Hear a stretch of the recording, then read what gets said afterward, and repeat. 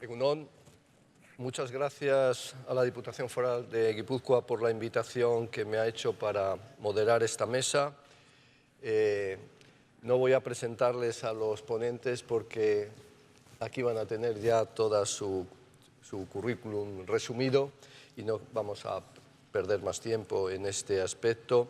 Sí les voy a decir que ellos van a ir respondiendo a una serie de cuestiones que les haremos ahora sobre los componentes del marco de integridad, cómo fomentan la integridad en sus organizaciones, cuál es el papel del comité o de la comisión de ética en su sistema, si funciona, cómo funciona, si existe algún sistema para denunciar incumplimientos éticos, cómo se intenta proteger a los alertadores y además cómo intentar la colaboración interinstitucional en este ámbito y llegar a las diferentes capas de la sociedad y no quedarse en lo que sería la ética o la integridad de los funcionarios, sino cómo llegar y transmitir todo esto hacia afuera. Esos serían los temas de debate.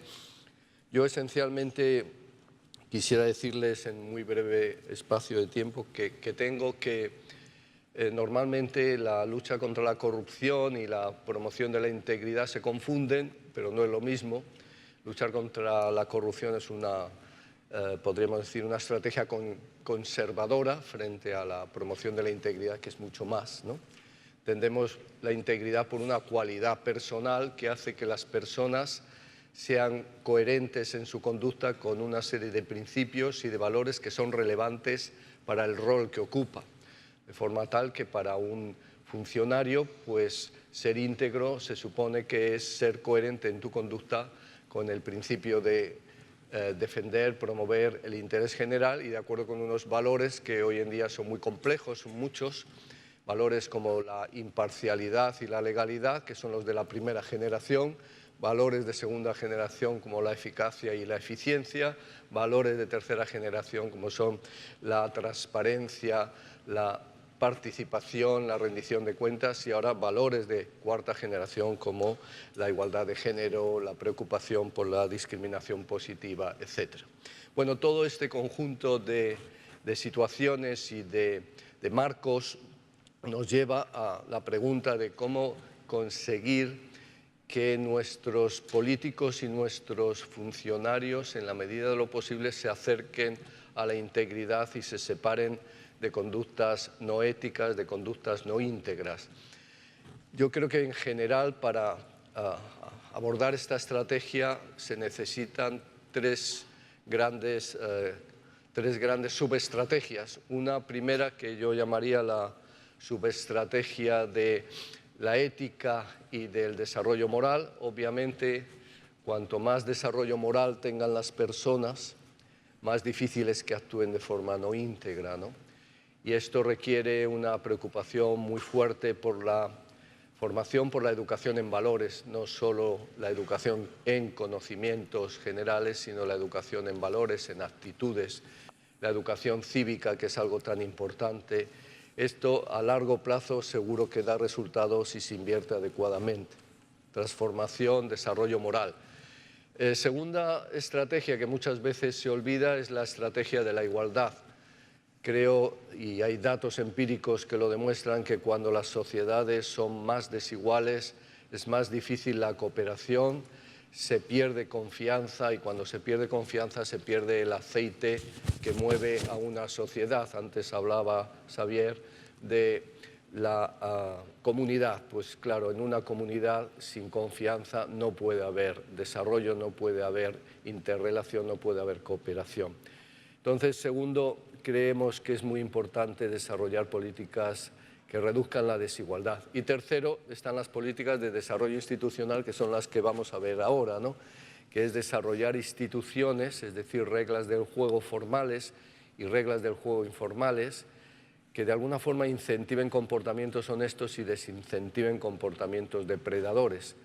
Ser capaces de diseñar ese conjunto de reglas que consigan efectivamente llegar a la gente y conseguir que la gente coopere, que ayude, que se integre, que participe y desincentivar aquellas conductas que llevan a que la gente, en el peor de los casos, robe, sea corrupta, pero en otros casos no tan graves, que no asuma sus conflictos de interés y no los evite, que vaya a trabajar con voluntad de cooperar y de dar lo mejor por su país, etc. Bueno, entonces, primer elemento fundamental es ser capaces de diseñar instituciones. Hay países que han sido capaces de diseñar instituciones muy bien, de forma muy sofisticada, muy adecuada a su contexto, y el resultado ha sido desarrollo económico, paz social, igualdad, ¿no? Tenemos el ejemplo de los países escandinavos, entre otros, ¿no?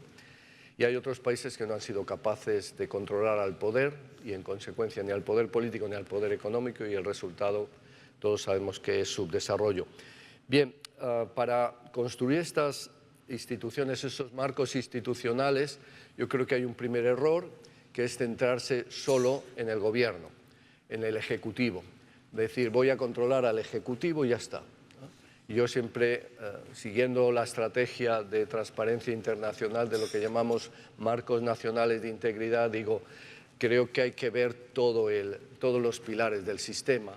No se centre solo en el Ejecutivo, piense qué pasa con el Legislativo, qué pasa con el Poder Judicial, qué pasa con las empresas, qué pasa con los partidos políticos, qué pasa con la sociedad civil, qué pasa con los medios de comunicación. Analice si cada uno de ellos desempeña el rol adecuado, tiene las capacidades y los medios para desarrollar su papel en una sociedad democrática, si tiene la transparencia adecuada, si tiene sistemas de rendición de cuentas, si tiene sistemas de integridad internos, etcétera. Porque si solo nos centramos en el Ejecutivo, creo que es un error. Pero bueno, ya centrándonos en el Ejecutivo, que es el que nos corresponde ahora a nosotros, sí es cierto que el siguiente paso es, una vez que hemos hecho el diagnóstico a nivel nacional y tenemos estrategias a nivel nacional, tener un diagnóstico a nivel de nuestra organización y nuestra estrategia en nuestra organización. Entonces, para eso, el mejor diagnóstico y el mejor marco para análisis y para desarrollar este trabajo es lo que en la OCDE se generó ya hace tiempo. Yo participé en este proyecto que se llamaron los marcos de integridad organizacional. Y los marcos de integridad organizacional parten de la idea siguiente. Toda organización es un conjunto de subsistemas. Hay un subsistema de recursos humanos, el presupuestario, el de contratación, y está el subsistema de integridad. Pero el subsistema presupuestario de recursos humanos, el de contratación, si no están bien diseñados, generan incentivos a la no integridad, incentivos a la corrupción, incentivos a las conductas antiproductivas. Si usted no tiene un buen sistema de selección y, en consecuencia, hay clientelismo, si la carrera es arbitraria, si los salarios son inequitativos, la gente se enfada y tiene conductas antiproductivas. Si usted no tiene un buen sistema de contratación y no es capaz de controlar que los productos que se compran son de la mejor calidad y al mejor precio, pues tiene incentivos, está generando incentivos para conductas antiproductivas, etc. Entonces, creemos que un buen sistema de integridad analiza todos los componentes, todos los subsistemas y los estudia para conseguir que todos ellos generen la máxima integridad, o por lo menos que no generen incentivos a las conductas antiproductivas o no éticas. Y luego, finalmente, está el subsistema de integridad, y en el subsistema de integridad, ahora lo veremos, pues siempre decimos, lo primero es definir bien qué es la integridad en nuestra organización. Eso exige códigos éticos, eso exige en ocasiones encuestas de clima ético, que nos da una impresión de cómo la gente ve el cumplimiento de la ética en la organización, si entienden que el código ético se respeta, si consideran que las incompatibilidades y los conflictos de interés se regulan y se gestionan adecuadamente, si hay impunidad para conductas inadecuadas, etc. Entonces, cuando uno tiene la encuesta de clima ético, tiene ya también una información muy relevante. Otro elemento fundamental serían las evaluaciones de riesgos a la integridad, que es una aplicación de los métodos de la evaluación de riesgos a temas de integridad. Y luego, una vez que tenemos ese diagnóstico y definimos la integridad, es muy importante, ¿verdad?, dar el siguiente salto y tener formación, socialización en valores, algo que están haciendo nuestros participantes y nuestras participantes, y desde luego también tenemos que tener sistemas para controlar los incumplimientos, para detectar conductas no éticas, sistemas de denuncias, buzones de alerta y sistemas de protección a los alertadores, etc. Todos esos son sistemas de lo que llamamos marco de integridad y luego, hoy en día, pues empiezan también a intentar introducirse nudging, ¿no? Ese empuje para conseguir que todos estos sistemas la gente los apoye, los integre de forma más sencilla, porque es verdad que la mayoría de las personas tendemos a ser íntegras, yo creo, tendemos a ser honestas, ¿no? Podemos tener un mayor o menor nivel de desarrollo moral, pero lo que llamamos el punto de referencia moral más o menos lo tenemos claro, sabemos que es mejor cooperar que no cooperar, sabemos que es mejor ser solidario que ser un egoísta compulsivo, sabemos eso. Entonces, hay una gran parte de nuestros servidores públicos, ¿verdad?, que si se les ayuda van a actuar positivamente. Si no se les ayuda, ¿qué ocurrirá? ¿Que dejarán de ser honestos? Probablemente no, pero tendrán momentos en los que no serán honestos, porque cualquiera de nosotros, la mayoría de la población, pues tendemos a ser honestos, pero una vez que somos honestos mucho tiempo, nos dice las teorías conductuales, que una vez que somos honestos mucho tiempo, siempre nos decimos, bueno, pues ahora voy a ser malo un ratito, ¿no? Para compensar. Igual que los malos, muchas veces cuando son malos mucho tiempo, necesitan en algún momento hacer algo bueno, ¿no?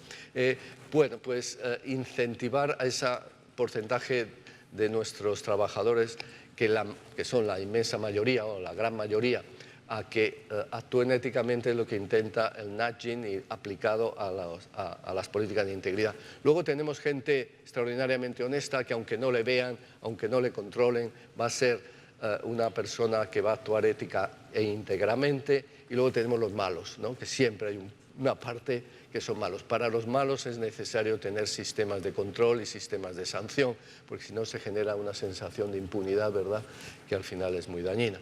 Bueno, pues la aplicación de todas estas técnicas y de todas estas ciencias conductuales a fomentar la integridad, pues está ahora en pleno desarrollo. Yo creo que poco a poco iremos encontrando instrumentos adecuados. La idea fundamental es que los seres humanos tenemos un punto de referencia moral normalmente suficientemente sólido, por lo menos en comunidades bien integradas, y que, lógicamente, si este punto de referencia moral se nos mantiene, se nos recuerda, se nos incentiva a recordarlo, pues tendemos a actuar de acuerdo con él, porque no nos gusta esto de la disonancia cognitiva, que es que no nos gusta actuar de forma contraria como creemos que debemos actuar, ¿no? Y, en consecuencia, usando todas estas técnicas y sabiendo que el ser humano no es tan racional como parece, que el ser humano también actúa socialmente en un entorno social, que muchas veces esto que hacemos de naming and shaming, ¿no?, hacer ranking, ¿no?, de decir, bueno, mira cuáles son los buenos, cuáles son los malos, a la gente no le gusta aparecer como malo y eso te incentiva a actuar bien. Bueno, entonces los seres humanos en consecuencia actuamos socialmente en marcos muchas veces en marcos sociales muy definidos. Lo que hoy es bueno o lo que hoy consideramos íntegro es distinto a lo que hace 200 años se consideraba íntegro en el gobierno, ¿eh? Yo recuerdo pues, haber leído los diarios de Pepys y me dejó sorprendido que él aceptaba, por ejemplo, Samuel Pepys, que aceptaba que en un determinado momento ayudó a una señora para que su marido lo trasladaran de un lado a otro y decía en los diarios, bueno, y luego intenté abusar de ella para ver sexualmente porque me debía un favor, y lo ponía tan tranquilo, ¿no? Y yo digo, bueno, los marcos de lo que es bueno, de lo que es aceptable en las sociedades van cambiando, y yo creo que lógicamente hay que entender cuál es nuestro marco actual e intentar siempre mejorarlo, darle un punto de referencia moral más postconvencional, como diría Colbert, ¿no? Bueno, todo esto nos lleva finalmente a nuestros participantes, y yo lo primero que les planteo es si nos pueden contar cómo organizan y fomentan la integridad en sus organizaciones y en qué medida consiguen que todo esto funcione. Pues cuando quieras, Goy Feder. Gracias, Manuel. Bueno, yo quizás comenzaría comentando algo que es evidente, ¿no? Y es que yo creo que hay dos formas de combatir la corrupción, una que es, y que las dos son necesarias y creo que son compatibles y complementarias. Una es la represiva, ¿no? Y que evidentemente cuando surgen casos de corrupción hay que perseguirlos y hay que ajusticiarlos, pero hay otra que es quizás más importante, ¿no? Que es la preventiva. Y es por ahí por donde en la Diputación Foral de Guipúzcoa hemos querido ir, ¿verdad? Por eso, desde el inicio de legislatura tuvimos claro que había que hacer algo en este sentido y bueno, estuvimos estableciendo las bases para elaborar ese sistema de integridad de la Diputación Foral de Guipúzcoa, que como tú bien has dicho, pues tiene que tener una serie de elementos y que creemos que de momento los vamos consiguiendo. Por un lado debe de haber una base, que pueden ser diferentes documentos, pero que en nuestro caso hemos optado por una serie de códigos de conducta, que son unos códigos, no son normas, porque creemos que las normas, los códigos el sistema integral tiene que ser un ser vivo, ¿verdad? Y entonces, para poder ser cambiante y poder cambiarlos en el tiempo, actualizarlos a los tiempos, ¿no? Que van corriendo, las leyes son mucho más difíciles de cambiar, ¿no? Por lo tanto, sí que creemos que optar por unos códigos éticos es más aceptado. En nuestro caso, así lo hicimos, comenzando por el más alto nivel, pensando que eran los primeros que deberían de dar ejemplos, que son los altos cargos, estableciendo una serie de valores y principios que después han resultado ser los comunes al resto de los códigos que hemos ido elaborando. Pero bueno, comenzamos, digamos, por la parte alta de la Administración y hemos ido bajando, porque lo que queremos es, como tú bien decías, llegar a todas las capas, ¿no? Comenzando por todas las personas que al final, pues bueno, tenemos que ver con la administración pública, por eso tenemos el código referido a los altos cargos, también el referido al empleo público y más recientemente hemos aprobado también los códigos para las empresas que contratan con la administración y para las que reciben subvenciones o ayudas, ¿no? Creemos que es una forma de llegar al resto de las capas que tú mencionabas, ¿no? Porque al final ejemplares debemos de ser todos, ¿no? No solo los que trabajamos en la Administración, sino que tenemos que llegar un poco a la sociedad. ¿Y de qué forma hemos pensado que podíamos hacerlo? Bueno, pues comenzando por esa aprobación de diferentes códigos que afectan no solo a los trabajadores, sino también a las personas que se relacionan con nosotros. Un sistema de integridad tiene que estar basado, según creemos, evidentemente en estos documentos, pero tiene que tener más cosas, ¿no? Y como tú bien has mencionado, una de las patas más importantes creo que es el tema de la difusión, de la socialización y de la interiorización por parte del personal, ¿no? O de las personas a las que se les aplican estos códigos. Ahí yo creo que nosotros, bueno, todavía hay mucho que hacer, pero sí que hemos ido dando pasos. Bueno, este congreso de hoy es uno de ellos, ¿no? Pues organizando diferentes charlas, jornadas, pues para dar a conocer cuál es nuestro sistema de integridad. Sobre todo también, también, que es como es abierto a la ciudadanía para que precisamente la ciudadanía conozca cuál es nuestro sistema de integridad, pero también dentro de la casa hemos dado, según hemos ido aprobando los códigos, esas charlas pues para que la gente a la que le afecta vaya interiorizándolo, ¿no? Bueno, creemos que esa es la vía, ¿no? O no sé si hay otra, desde luego, pero no se me ha ocurrido todavía, que es la de organizar este tipo de cosas y sobre todo con la gente de la casa, ¿no? Ahora vamos a poner este año en marcha, por ejemplo, una serie de cursos online internos para la casa, tanto para la gente que ya estamos dentro, como para los, sobre todo, quizás más importante, para los que van a venir, ¿no? Como bien sabéis, ahora tenemos un cambio generacional importante y creemos que la gente que entre debe de entrar ya sabiendo cuáles son los valores y los principios que rigen en la casa, en la Diputación Foral de Guipúzcoa. Por eso, a modo de bienvenida, pues bueno, les vamos a dar una serie de formación, mini formación, pues para que sepan a grandes rasgos cuáles son nuestros valores y nuestros principios. Esa sería un poco la segunda pata del sistema de integridad, ¿no? O sea, los documentos, la sensibilización, pero también tiene que haber unos procedimientos para que la gente, que es como es normal, tenga dudas respecto a esos valores y esos principios, pues puedan resolverlos o puedan consultarlos, ¿no? Por eso tienen que existir unos cauces para poder llegar a, y esta es la cuarta pata, una comisión de ética, porque al final unos códigos no dejan de ser, o pueden llegar a ser, papel mojado si se queda en eso, en ser unos códigos sin más, ¿no? Por eso es importante que haya un órgano, que puede ser de diferente, pues un órgano unipersonal, colegiado, pero lo importante es que haya un órgano que vele un poco por el cumplimiento, de esos códigos, pero también que sirva de referencia para las personas que tengan consultas o denuncias respecto a la actividad o actitud que hayan podido tener las personas a las que les afectan estos códigos. En nuestro caso, tenemos una comisión independiente, decimos eso pues porque hay 3 miembros externos y 2 miembros internos. Tiene una actividad bastante fluida en los 3 años que llevan activo, pues está teniendo más o menos una media de 8 consultas al año y funciona bien. Quiero decir que las resoluciones se adoptan por unanimidad. Hasta ahora todas las consultas nos han llegado a través de medios electrónicos, hemos tenido alguna denuncia también y en principio el hecho de que sea 3 externos y 2 internos pues garantiza un poco más esa independencia que debe de tener cualquier comisión de garantía, ¿no? Comentabas tú, Manuel, y nos preguntabas el tema de la protección de los denunciantes. Bueno, todo es mejorable. Nosotros, de momento, lo que tenemos establecido en nuestro sistema de integridad es que las denuncias se pueden realizar de forma anónima. Supongo sé que no es suficiente para proteger a los denunciantes, pero como bien decíamos al principio, el sistema de integridad es un ser vivo. Eso nos demuestra que la comisión todos los años, la comisión de ética todos los años, a la hora de realizar la memoria de actividad, establece una especie de guía aplicativa donde propone los cambios que debe de sufrir el sistema de integridad, porque como decíamos al principio, debe de adaptarse a la realidad de cada momento. Entonces, de hecho, hace 3 años que se aprobó el sistema de integridad y todos los años hemos ido modificando algún punto, bien a raíz de las consultas que se han recibido o bien porque el momento así lo ha propiciado, ¿no? Por eso es importante, pues lo que decíamos, de que sea un instrumento flexible. En cuanto a lo otro que comentabas de la colaboración institucional, aquí tenemos un buen ejemplo con el Ayuntamiento de Legazpi, que estamos intentando ayudarnos unos a los otros. Desde la Diputación Foral de Guipúzcoa hemos tendido la mano a todos los ayuntamientos del territorio para cualquier necesidad que tuvieran poder ayudarles.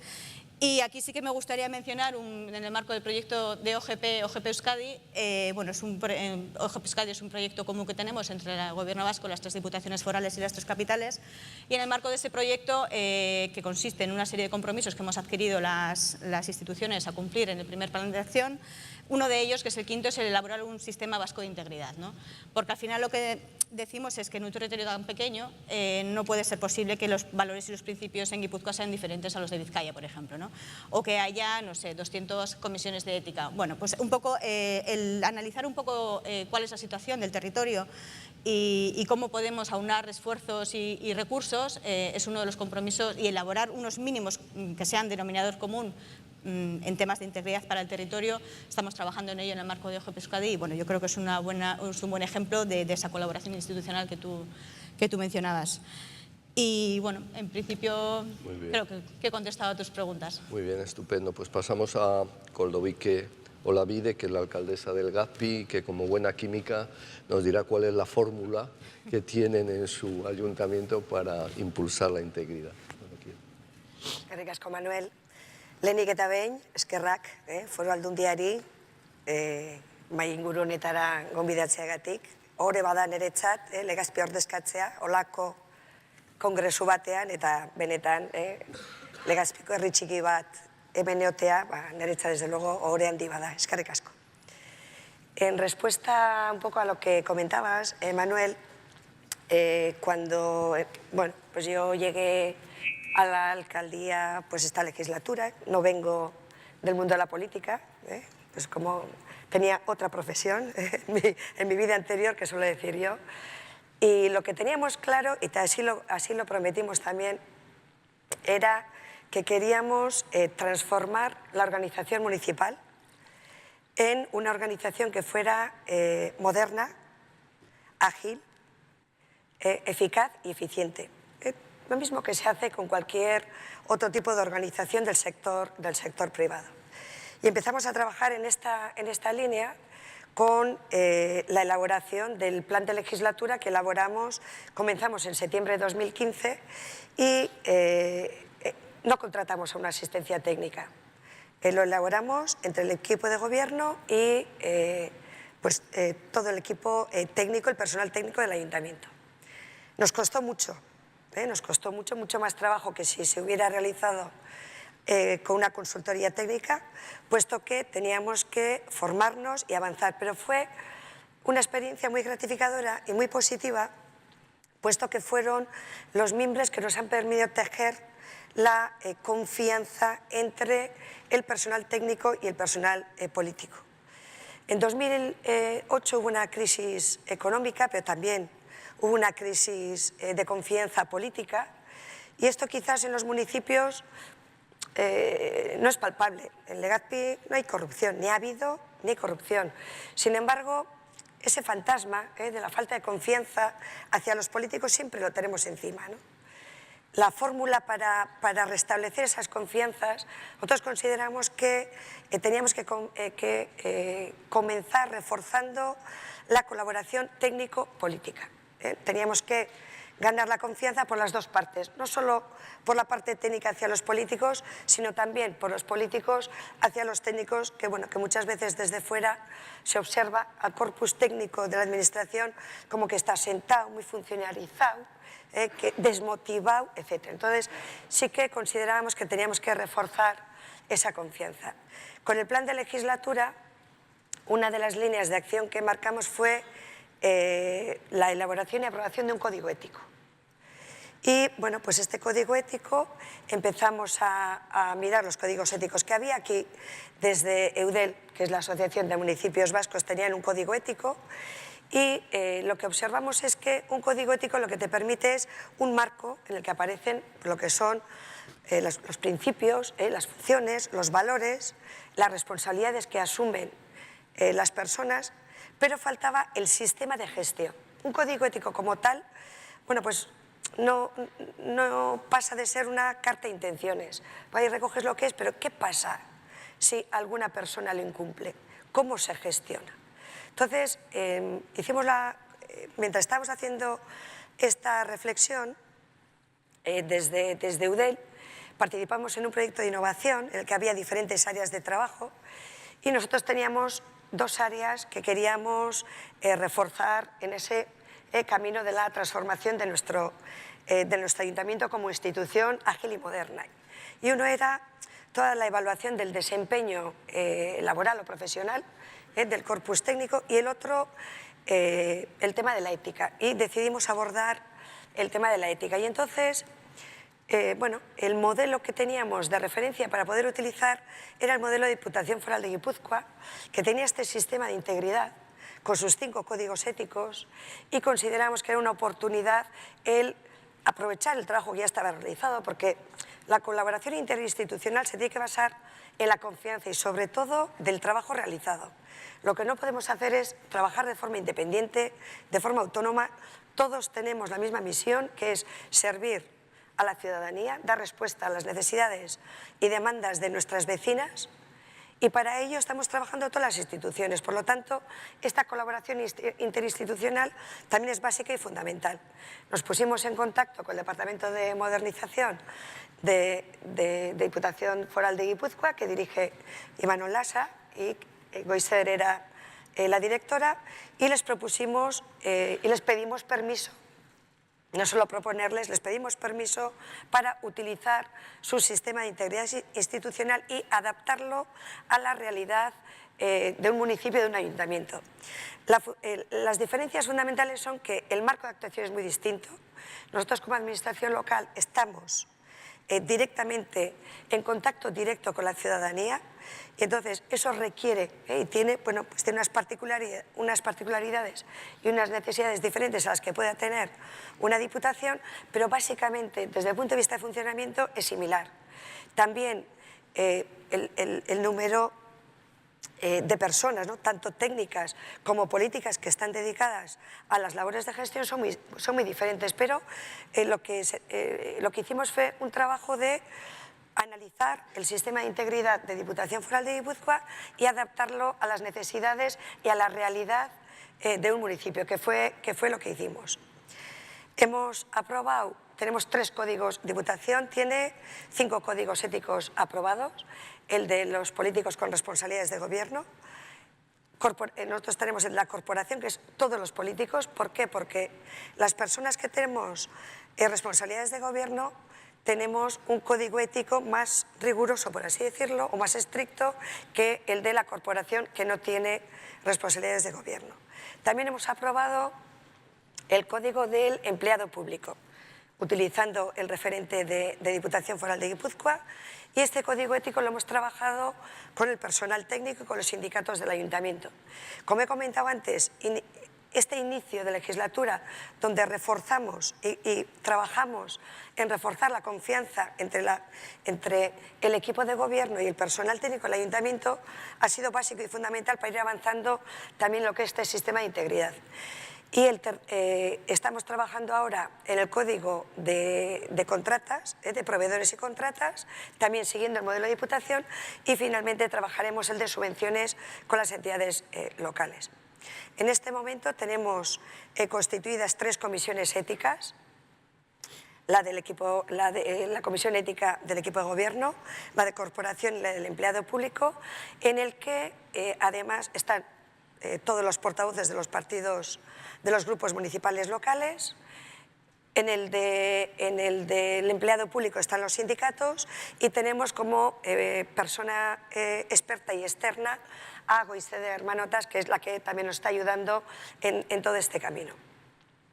El por qué avanzamos hacia la integridad, o el por qué debemos de ir por este camino, siempre solemos decir que la ejemplaridad, la confianza se gana, no es algo que viene impuesto. Entonces, tenemos que mostrar a nuestras vecinas que la apuesta es firme por unos valores y unos principios que están basados en la ética, y que si se identifican cualquier actitud que no sea acorde a estos principios, se van a tomar medidas ante ello.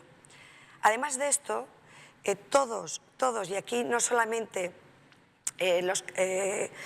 los cargos políticos con responsabilidades de gobierno, sino todos los concejales del Ayuntamiento de Legazpi, lo que tenemos claro es que si tenemos una mínima duda de que podamos tener algún conflicto en una de las decisiones que tenemos que adoptar relacionadas pues con nuestra vida personal o con nuestro entorno personal, tenemos ahí un marco que nos va a permitir identificar si podemos tener algún conflicto o no tenemos un conflicto. Nosotros, las comisiones éticas no son órganos de consulta, no los identificamos como órganos de consulta donde un cargo público va a preguntar si es ético o no es ético el que tome una decisión o participe en una decisión.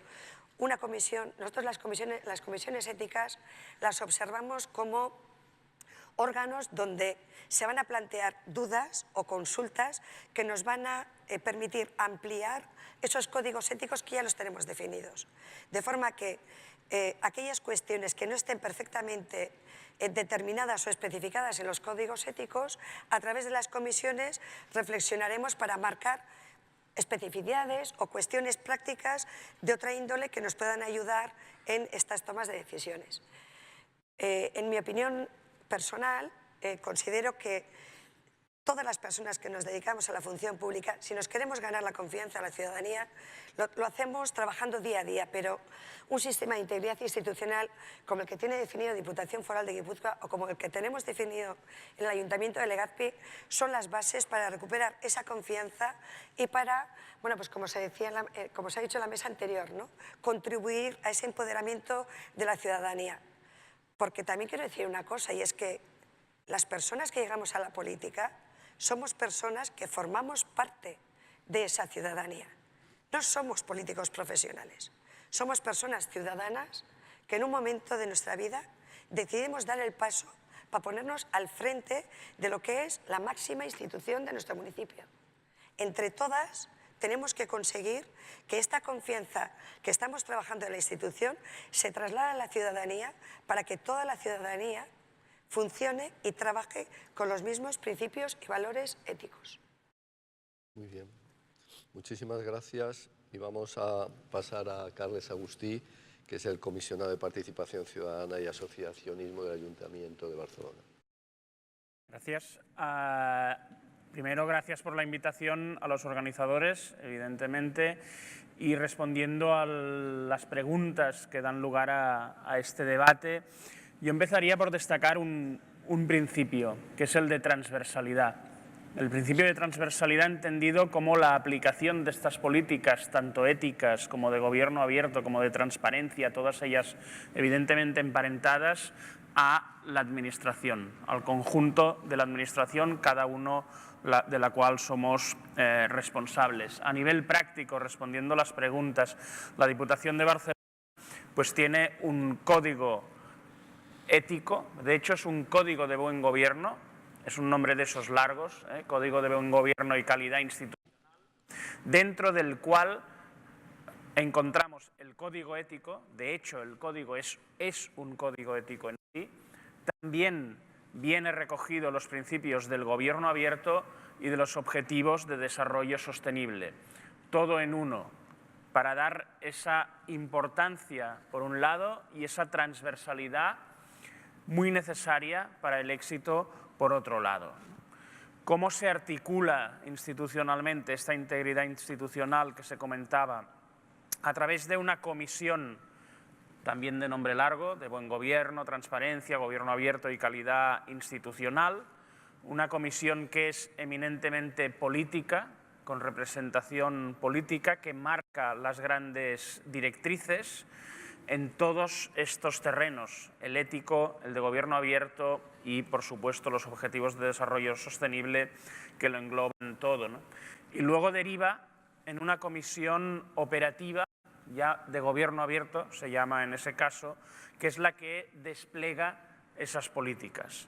Y vamos al terreno del gobierno abierto. Yo creo que no hay un gobierno abierto no ético, ¿no? Y a partir de esa frase podríamos debatir mucho y descifrar mucha de la aplicación de los principios éticos y de integridad en una institución.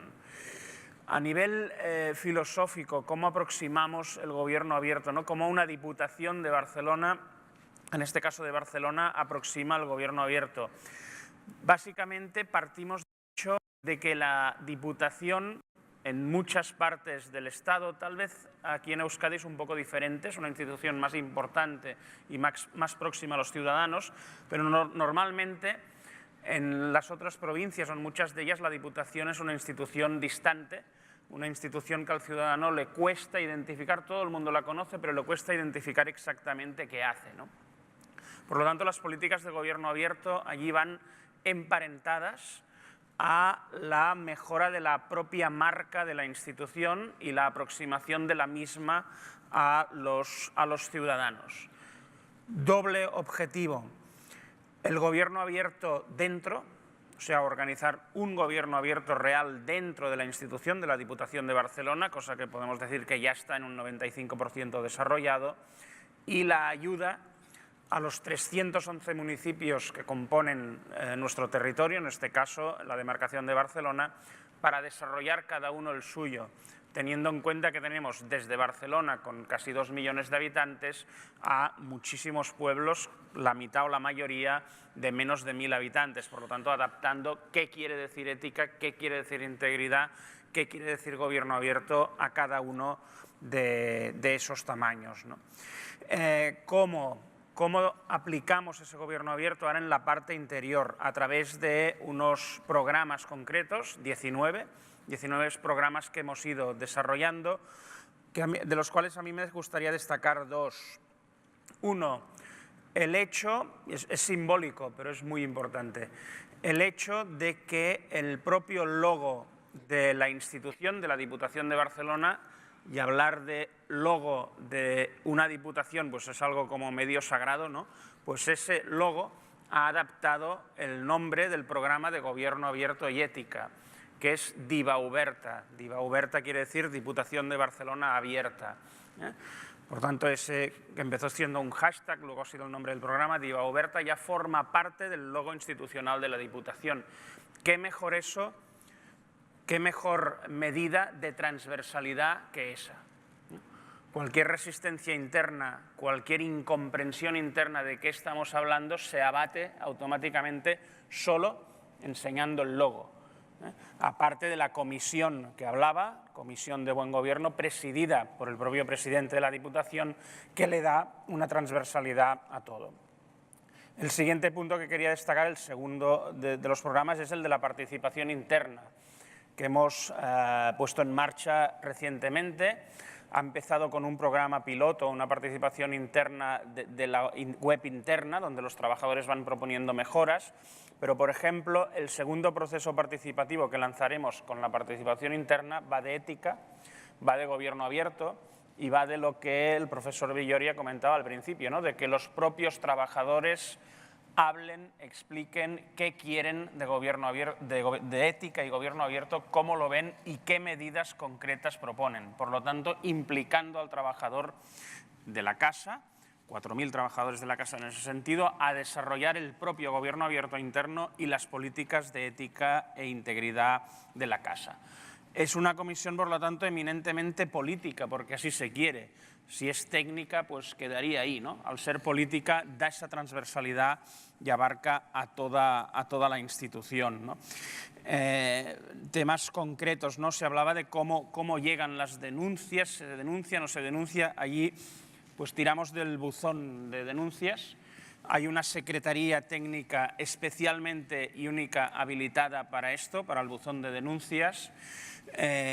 Algunas han llegado, pero evidentemente se preserva el anonimato de manera muy importante. Ni yo mismo pues sé bien cuántas denuncias hay que dicen y que han llegado, porque hay una secretaría técnica específica, autónoma en este sentido, para gestionarlas, ¿no?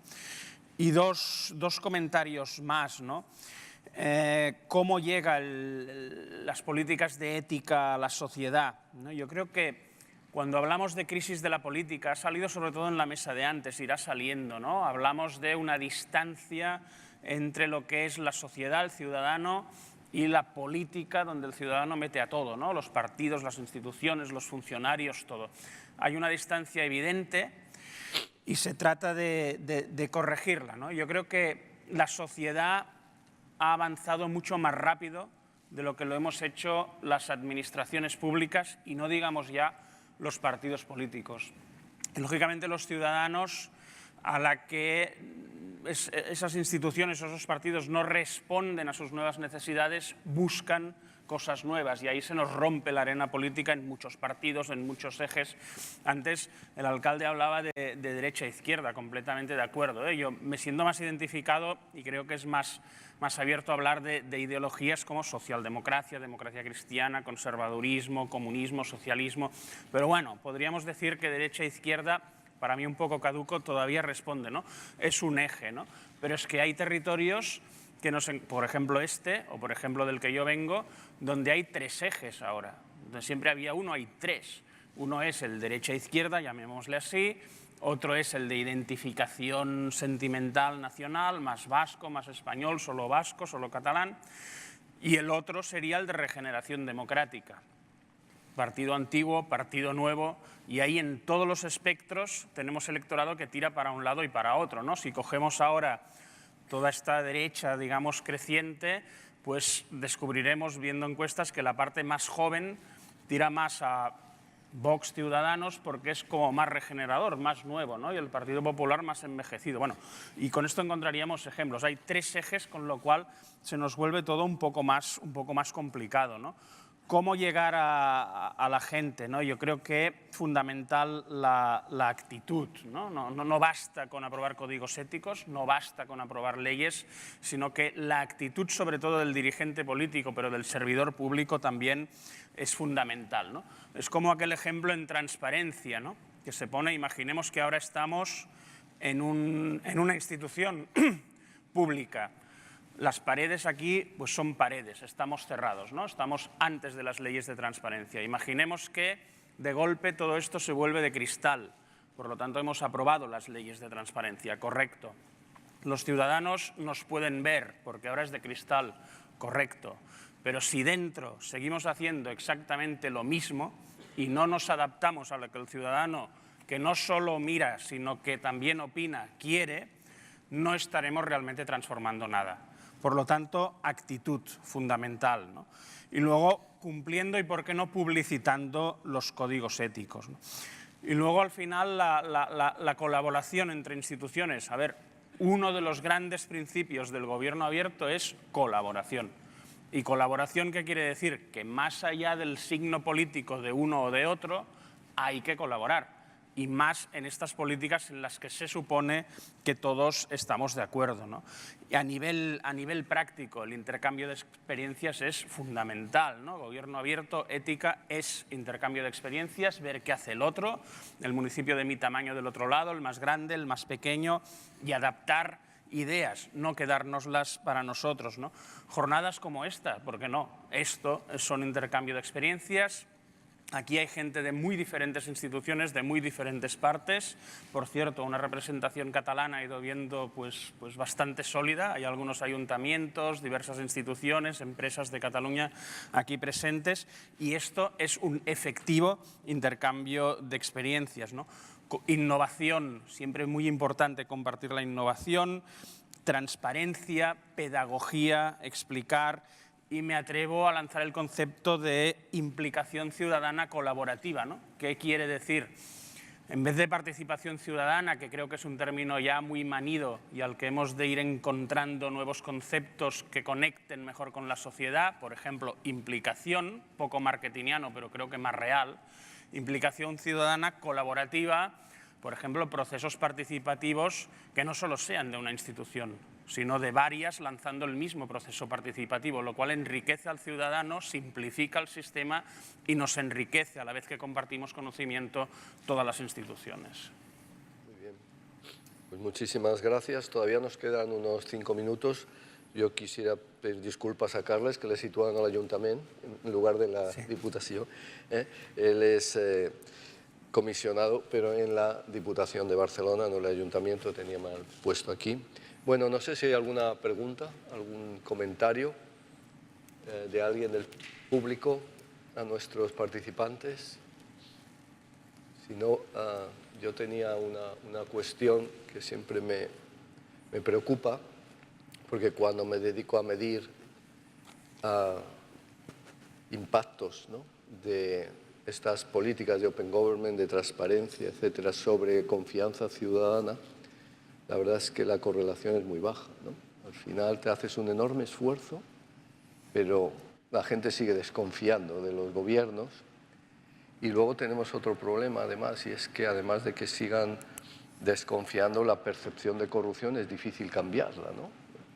Entonces, yo no sé, yo lo que quisiera también es animaros, porque esto es a largo plazo, es decir, ha habido alcaldes con una preocupación enorme por la transparencia que han perdido elecciones, y otros que no tenían tanta preocupación y la han ganado. Pero yo creo que esto es un tema a largo plazo. En todo caso, vosotros, ¿cómo veis esta interacción entre cómo conseguir llegar a la gente y que empiece a confiar más, por lo menos en los gobiernos que están haciendo las cosas bien? Es difícil, ¿no? Porque nosotros también nos preocupa el tema pues eso, ¿no?, de cómo medir si vamos recuperando esa confianza, ¿no? Pero es que es difícil, porque en esa confianza hay tantos elementos que influyen. Quiero decir, yo creo que tener un sistema de integridad es bueno, pero claro, eso no va a hacer que recuperen la confianza en las administraciones, ¿no?, ni en los políticos. Pero hay que hacerlo. O sea, quiero decir que ese es el camino. O sea, hay que ir adoptando medidas poco a poco, y lo difícil va a ser saber, bueno, nunca vamos a llegar a saber si dentro de X años se ve que realmente la confianza se ha recuperado, si realmente ha sido por esto o por aquello, porque realmente lo que es un conjunto, ¿no? La confianza se recupera a través de un conjunto de actitudes y de herramientas que se hayan ido adoptando, no solo por esto. Pero bueno, sí que es verdad que en la Diputación Foral de Guipúzcoa consideramos que el tema de la integridad es un poco como la base, ¿no? O sea, la base donde tiene que partir todo el resto de las políticas públicas. Y por ahí hemos empezado y por ahí debemos de seguir, pero sí que es cierto que será difícil saber qué es lo que contribuye a la recuperación de esa confianza, ¿no? Muy bien. Colovique. Ya he comentado antes que la confianza es algo complejo, no es muy fácil el perderla y cuesta mucho el ganarla, ¿no? La confianza se gana día a día. La confianza no se gana porque una administración apruebe un código ético y lo tenga, porque es muy fácil aprobar un código ético, un sistema de integridad, dejarlo en la balda y ahí se ha quedado. Hay que ponerlo en práctica y lo que más valor tiene de un sistema de integridad institucional y de un código ético es que, estando vivo, quiero decir, mantenido y actualizado, no se utilice. Porque si no se utiliza es que no ha habido casos en los que se haya tenido que recurrir a este sistema. Son sistemas preventivos que lo que hacen es reforzar el posicionamiento de las personas con responsabilidades de gobierno o el compromiso ante la ciudadanía para decir, este es el marco al que yo me comprometo a respetar y si no lo respeto, alguien, si no soy yo mismo, alguien me va a advertir. Por lo tanto, la confianza se gana teniendo sistemas de ética, trabajando con la ciudadanía directamente, la cercanía, la participación, la colaboración. Son herramientas que utilizamos en los ayuntamientos porque es nuestro día a día. Nosotros estamos en contacto directo con la ciudadanía y escuchamos, sabemos cuáles son sus necesidades, cuáles son sus preocupaciones, sus inquietudes, si hay actitudes que no les gustan, pero también hay que trasladar que no todas las actitudes que vienen desde la ciudadanía hacia la parte política son legítimas, por así decirlo, porque estamos avanzando en una sociedad en la que todo es pedir, todos son derechos y no hay obligaciones. No, tenemos que colaborar, coparticipar, convivir. Entonces, es muy importante el tener estos sistemas porque lo que hacen es decir, este es el marco, yo me comprometo, pero tú también te tienes que comprometer a avanzar por ahí. Entonces yo creo que es el camino que no dará los frutos a inmediato. Bueno, tampoco los políticos funcionamos para obtener el resultado a corto. Muchas veces sembramos porque el resultado se va a producir y no porque estemos tomando decisiones partidistas y pensando única y exclusivamente en el voto.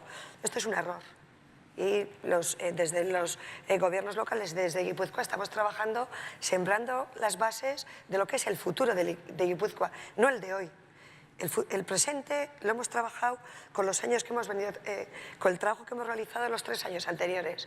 Ahora tenemos que sembrar y estamos marcando las bases del futuro de Guipúzcoa. Ahí está nuestro trabajo y ahí es donde luego se nos va a valorar.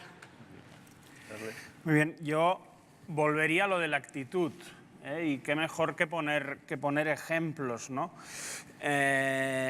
Insisto, no es lo mismo cumplir leyes, hacerlas, el checklist que te hace el gerente del ayuntamiento, que realmente tener la actitud. No es lo mismo cumplir las leyes de transparencia que ser transparente, ¿no? Y ejemplos, por ejemplo, en Cataluña hubo un municipio, omitiré el nombre y creo que Manuel Villoria lo adivinará, que siempre ocupaba los primeros rankings de transparencia de todo, del primero, un 10 sobre 10, etcétera, etcétera, y era ejemplo en eso. Y ese mismo año su alcalde acabó en la cárcel por corrupto, ¿no? Entonces, claro, la ciudadanía de ese municipio vuelve a creer en ese político porque cumplía el 10 de transparencia de no sé qué o no. Claro, algo falla ahí y se llama actitud, ¿no? Segundo ejemplo, aquellos procesos participativos que eran, y creo que hablo en pasado por suerte, porque hoy en día es difícil porque la ciudadanía ya no lo tolera, ¿no? Que eran cortinas de humo, ¿no? Grandes inversiones, hacer ver qué hago cuando la decisión ya la tengo tomada o lo que va a decir el ciudadano me da igual porque solo lo hago para hacer ver que escucho al ciudadano, ¿no? En Barcelona tenemos un gran ejemplo de eso, que fue un cambio muy importante, que a algunos os sonará, el referéndum de la Diagonal de Barcelona. Fue un gran ejemplo, una gran cortina de humo que cayó con el propio gobierno. Eso fue muy bien a nivel de madurez de ciudad, porque desde la Diagonal ningún gobierno se va a atrever a hacer una cortina de humo. Ahora un proceso participativo real. Estamos otra vez en la actitud. Un tercer ejemplo de actitud. Si ahora ponemos Google y ponemos gobierno abierto, nos saldrán varias páginas, algunas de ellas, evidentemente no todas, son webs, la web de siempre, a la cual se le ha puesto el título de gobierno abierto, ¿no? Y como mucho ahí se mete el sueldo de los concejales y alguna cosita más para hacer ver que Eso no es gobierno abierto. Gobierno abierto es transformar el interior de la administración, un proceso de cambio real, que luego se ve, se traslada a través de un web, pero no al revés, ¿no? Y al final, ¿cómo conseguirlo? ¿No? Adaptación, decía antes, de la administración pública a las nuevas necesidades sociales. ¿Y cuáles son esas? Pues yo creo que son muy claras, que a través de encuestas, que a través del propio voto nos llegan claras. La gente quiere apertura de la administración, que quiere decir ver, quiere transparencia, que quiere decir pues dónde va mi dinero, ¿no? Hay más consciencia del dinero es nuestro, dónde va. Antes tal vez no se preguntaban estas cosas tanto la gente. Pedagogía, que es entender, que te lo expliquen, ¿no? Y implicación ciudadana, comentábamos antes, ¿no? La implicación, la participación ciudadana. El ciudadano quiere participar. No en todo, no caigamos en ese error de siempre. Es que he organizado no sé qué proceso y solo han participado 100. Bueno, pero es que son los 100 que les afecta o son los 100 que entienden. Y hay que mirar más la calidad de esa participación y no la obsesión solo por la cantidad. Y al final, otra respuesta sería cambio cultural.